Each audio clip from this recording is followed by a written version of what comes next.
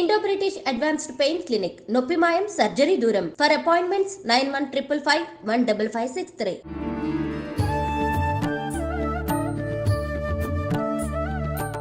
నమస్కారం, welcome to I dream. ధర్మ మార్గం విత్ విజిత కార్యక్రమానికి స్వాగతం.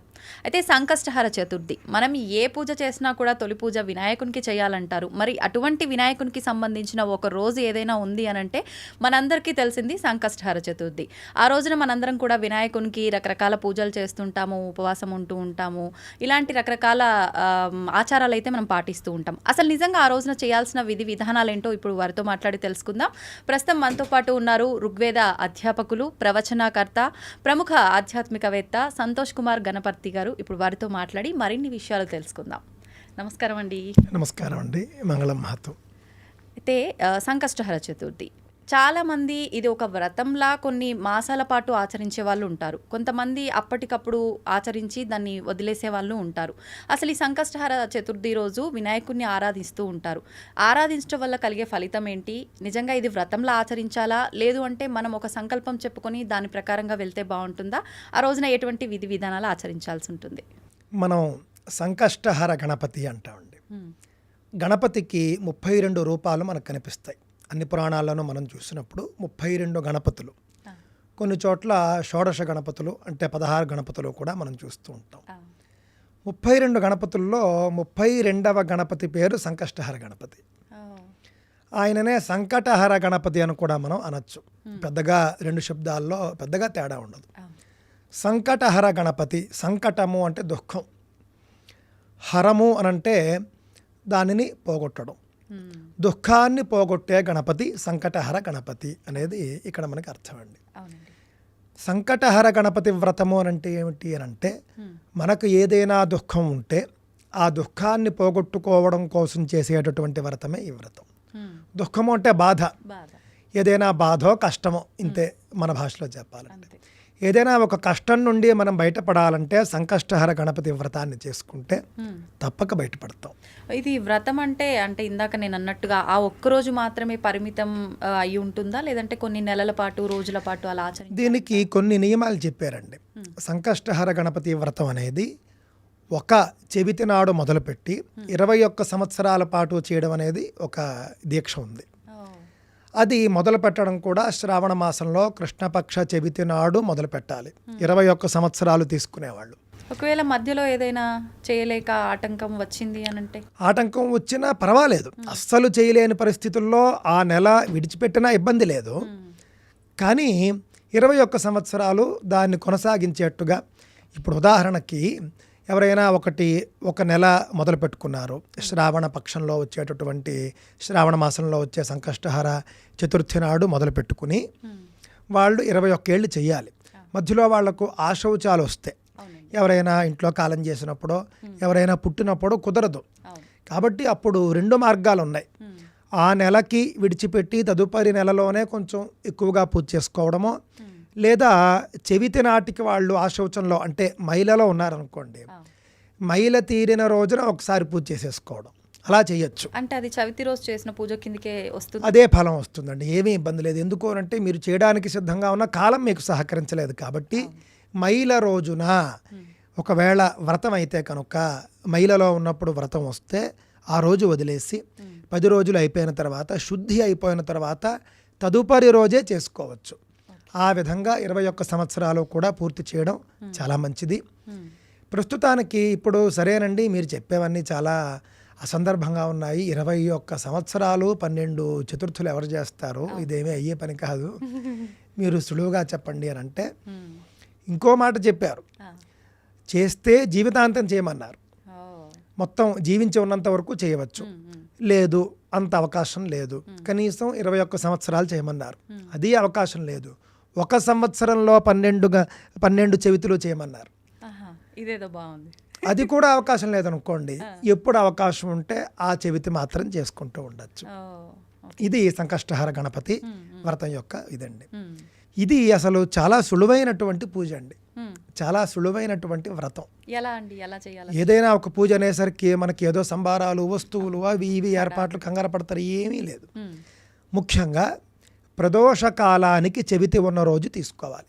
మొట్టమొదట సాయంకాలమా? అంతేనండి. ప్రదోషము అని అంటే సూర్యాస్తమయ కాలం నుండి 48 నిమిషాల కాలానికి ప్రదోషము అని పేరు. ఓకే. ఉదాహరణకు 6 గంటలకి సన్సెట్ అనుకోండి, సూర్యాస్తమయం అనుకోండి, 6:48 వరకు మీకు ప్రదోషకాలం ఉంటుంది. ఓ. కావున ప్రదోషకాలంలో చేయవలసినటువంటి పూజ కాబట్టి ప్రదోషకాలానికి చెవితి ఉండేట్టు చూసుకోవాలి. ఏదైనా ఒక మాసంలో కృష్ణపక్షంలో ప్రదోషకాలంలో చెవితి ఎప్పుడుంటే అది సంకష్టహర చతుర్థి అని పిలువబడుతుంది. అందుకే మీకు తదియ రోజే వచ్చేస్తుంది. ఎందుకనంటే తదియ మధ్యాహ్నం వరకు ఉంటుంది, అవును. సాయంకాలానికేమో చెవితి ఉంటుంది. సాయంత్రం 4 వరకు తదియ ఉండి ప్రదోషకాలానికి చెవితి ఉన్నప్పుడు మీకు ఆ రోజునే సంకష్టహర చతుర్థి వచ్చేస్తుంది. చాలామంది ఈ రోజు చేసేస్తున్నారు, కానీ ఈ రోజు ప్రదోషకాలానికి చెవితి లేదు.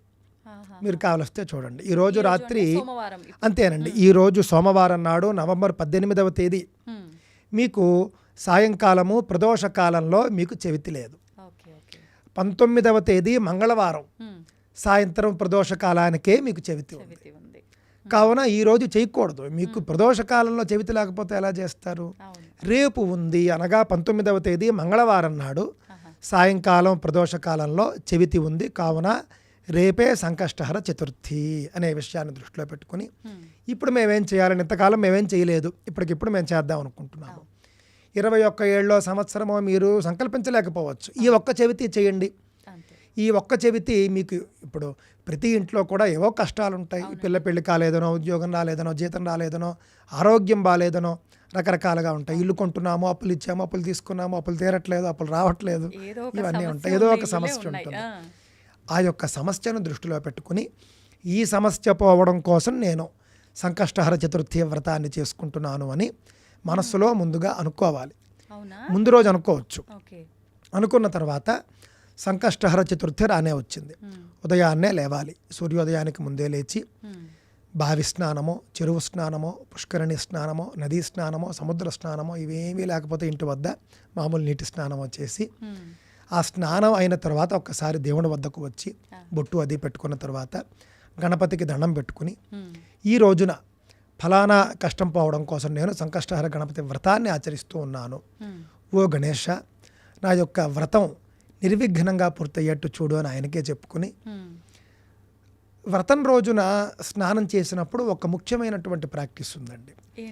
ఏంటి అని అంటే, మామూలుగా స్నానం చేసేయడం కాకుండా మనం సబ్బు రాసుకుంటాం చూసారా, సబ్బుకు బదులుగా నువ్వులతో స్నానం చేయమన్నారు. నువ్వులే? అవునండి. అంటే తెల్ల నువ్వులు ఉంటాయన్నమాట అండి. తెల్ల నువ్వులు పొట్టు తీసుకుని, మనకి పొట్టు తీసుకుని బయట దొరుకుతూనే ఉన్నాయి, అవి తెచ్చేసుకుని అవి మనం ఒక బౌల్లో పెట్టుకుని ఆ తెల్ల నువ్వులతో ఒళ్ళంతా కూడా రాసుకుని, అంటే ఒళ్ళంతా కూడా రుద్దుకుంటూ స్నానం చేయాలి. ఎందుకండి ఇలా?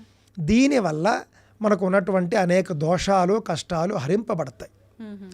కొంచెం నువ్వులు అనేటటువంటివి శాస్త్రీయంగా కూడా చాలా గొప్పవి. దాని వెనుక కూడా అనేక రహస్యాలు దాగి ఉంటాయి. ముఖ్యంగా ఏమిటి అని అంటే, శారీరక దోషాలు పోతాయి, మనలో ఉన్నటువంటి దరిద్రం పోతుంది, దుఃఖం పోవడానికి ఒక మెట్టు మనం ఎక్కిన వారం అవుతాం. తిల స్నానం అంటారండి దీన్ని? అంటే తిల స్నానం అనొచ్చు, తప్పులేదు. ఎందుకు అనంటే తిలైహి స్నాత్వా అని అక్కడ ఉంది, తిల స్నానం అని చెప్పవచ్చు. కాకపోతే తెల్ల నువ్వులు అనే విషయాన్ని దృష్టిలో పెట్టుకోవాలి. పెట్టుకుని చక్కగా మామూలు స్నానంలో మనం సబ్బుకు బదులు ఇది వాడాలంతే ఆ రోజున. దాంతో మీకు వ్రతం మొదలవుతుంది. దేవుడి దగ్గరికి రావడం, ఇందాక చెప్పినట్లుగా సంకల్పం చేసుకోవడం. ఆ సంకల్పం మంత్రోక్తంగా అయినా కావచ్చు, లేకపోతే ఈ విధంగా నోట మాటతో అయినా సరే ఈ రోజు నేను చేసుకుంటున్నాను అని చెప్పవచ్చు. చెప్పిన తర్వాత ఆ రోజంతా ఉపవాసం ఉండాలి, సాయంత్రం వరకు ఉండి సాయంత్రం లోపలే పూజకు సంబంధించినటువంటి ఏర్పాట్లు చేసుకోవాలి. పువ్వులు అవన్నీ కూడాను. ముఖ్యంగా గణపతికి ఇష్టమైనటువంటివి ఎర్రని పువ్వులు, అవి సంపాదించుకోవచ్చు. ఏవైనా సరే, అంటే మన కల్పంలో చెప్పినవి సహజంగా కరవీరం అంటాము, ఎర్రగన్నేరు పువ్వులు, ఇవి గణపతికి బాగా ఇష్టం. గరిక, దూర్వాయుగ్మములు అంటారు, అవి. తెల్ల జిల్లేడు పువ్వులు, ఈ మూడు ముఖ్యంగా మనం గణపతికి పూజ చేస్తాం. ఇవి మూడిట్లో ఏదో ఒకటి సంపాదించుకోవచ్చు, అవకాశం ఉంటే మూడు సంపాదించుకోవచ్చు. గన్నేరు పువ్వులు తెచ్చుకున్నప్పుడు మాత్రం గులాబీ రంగువి ఉండకుండా చూసుకోండి. కొంచెం చాలామంది ఇబ్బంది పడుతున్నారంటే గన్నేరు అనేసరికి తెలియక అవి పింక్ కలర్లో ఉన్నవి ఇచ్చినా కూడా తీసుకెళ్ళిపోతున్నారు. అవును. అలా కాకుండా ఎర్రగా ఉన్నటువంటి గన్నేరే మనకి అసలైన వాటి కింద మనకి లెక్క. ఈ పింక్ అసలు పూజ ఈ పింక్ ఇవి కొంచెం హైబ్రిడ్ అని నా అభిప్రాయం. అందువల్ల వాటిని పక్కన పెట్టి ఏవి దొరకకపోతే సరే, కానీ ఇవి దొరికినప్పుడు ఎర్రటి గన్నేరు తెచ్చుకోండి. ఎర్రటి గన్నేరు పువ్వులు, గరిక, అదేవిధంగా తెల్ల జిల్లేడు పువ్వులు, ఈ 3 ఏర్పాట్లు చేసుకుని సాయంత్రం లోపల అన్నీ సర్దుకుని సాయంకాల పూజకు నైవేద్యానికి ముఖ్యంగా మోదకాలు చేసుకోవాలి. మోదకాలంటే ఏమిటి అని అంటే కనుక మన తెలుగు రాష్ట్రాల్లో బాగా చేస్తూ ఉంటారండి. కజ్జికాయలు అని అంటారు.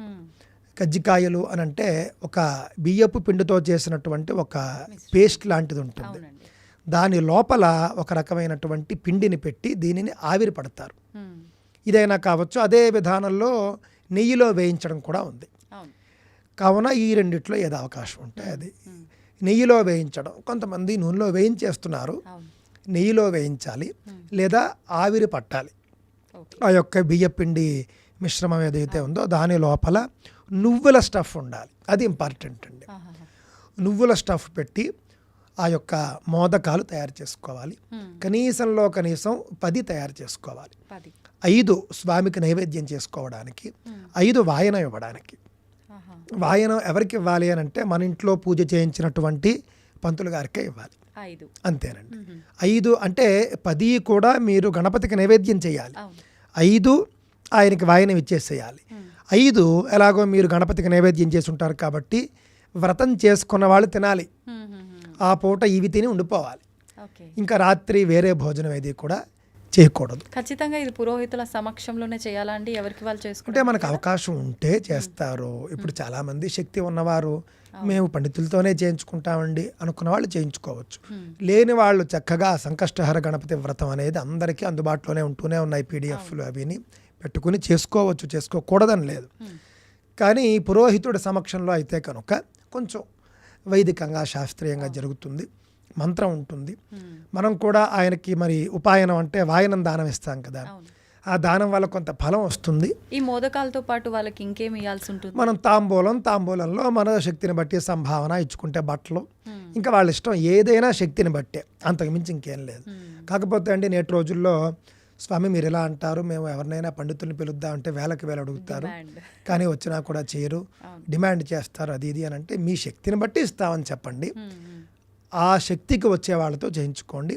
లేదు అని అంటే మీరే చేసుకోండి. చేసుకోవడం ముఖ్యం. మీ ప్రయత్నం మీరు చేశారు, మీకు సాధ్యం కాలేదు, మీరు చేస్తే దేవుడు తీసుకోవడం ఏం లేదు, బ్రహ్మాండంగా స్వీకరిస్తాడు. అందులో చెప్పిన విధంగా మీరైనా సరే పూజ చేసుకోండి. ఈ పూజ కూడా సాయంత్రం సూర్యాస్తమయం తరువాత ప్రదోష కాలంలో చేసుకోవాలి. ప్రదోష కాలంలో కనీసం సంకల్పమైన ప్రారంభించేట్టుగా చేసుకుంటే మంచిది.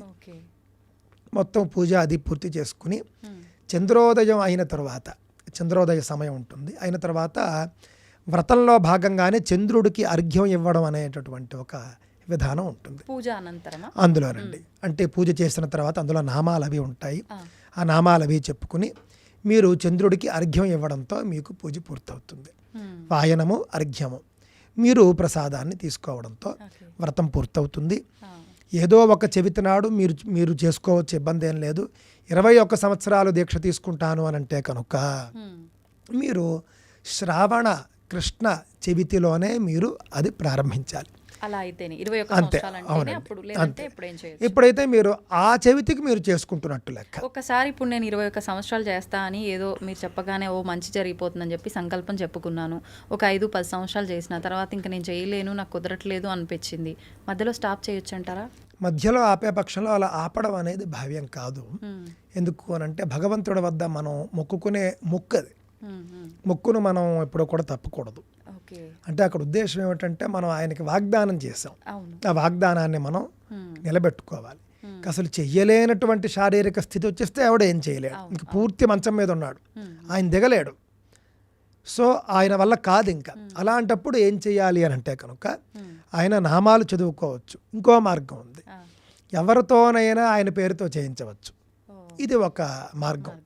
అందుకే పురోహితులతో చేయించుకోవడం కూడా ఉంది. ఆలయాల్లో మన పేరు మీద చేయించడం అనేది అలా వచ్చింది. అస్సలు చేయలేను, ఇంకా నా వల్ల కాదు అన్నప్పుడు నా తరపున కాస్త ఈ పూట చేసి పెట్టండి అయ్యా. ఇంత వ్రతము కూడా అతను చేయాలి మీ తరపున, పురోహితుడనే కాదు, కొడుకు చేయవచ్చు. అంటే మగవారు కూడా చేయొచ్చా అండి ఈ వ్రతం? చేయవచ్చండి. అంటే నేను ముఖ్యంగా వాళ్ళని ఉద్దేశించే చెబుతూ ఉన్నాను.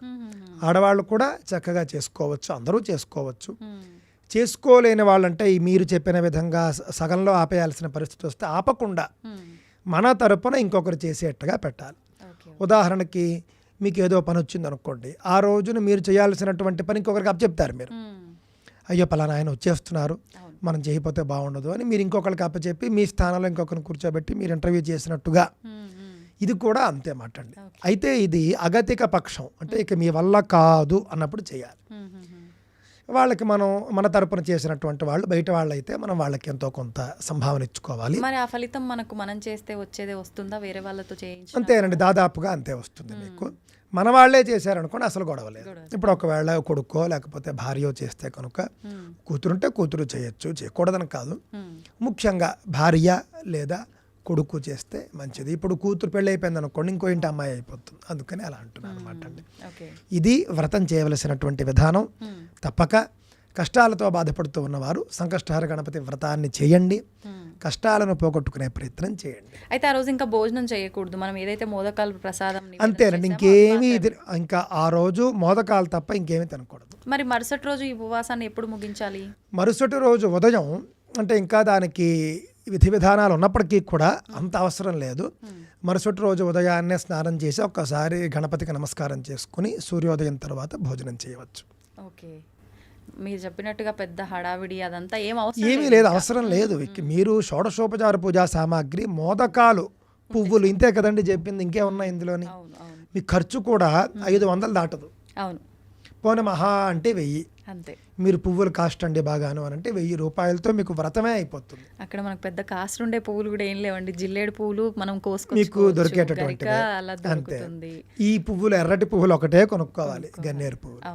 ఆ విధంగా చక్కగా చేసుకోవచ్చు, ఖర్చు తగ్గించుకుని కూడా చేసుకోవచ్చు. ఒకవేళ పండితుడిని పెట్టుకుంటే గంట సేపు పూజ చేయించుంటాడు కాబట్టి మీ యొక్క ప్రాంతాన్ని బట్టి 1000 రూపాయలతో మొదలుపెట్టి మీరు శక్తిని బట్టి ఇచ్చుకోవచ్చు. మళ్ళీ ఆ రోజు ఆలయానికి వెళ్ళాల్సిన అవసరం ఏదైనా ఉందా? ఆలయం దగ్గరలో గణపతి ఆలయం ఉంటే మీరు వెళ్ళవచ్చు. ఇంట్లోనే మీరు గణపతిని ఆవాహన చేసి పూజ చేసుకున్నప్పుడు వెళ్ళి తీరాలని ఏం లేదు, వెళితే మంచిదే. సంతోషం అండి, చాలా చక్కగా వివరించారు, ధన్యవాదాలు. స్వస్తి.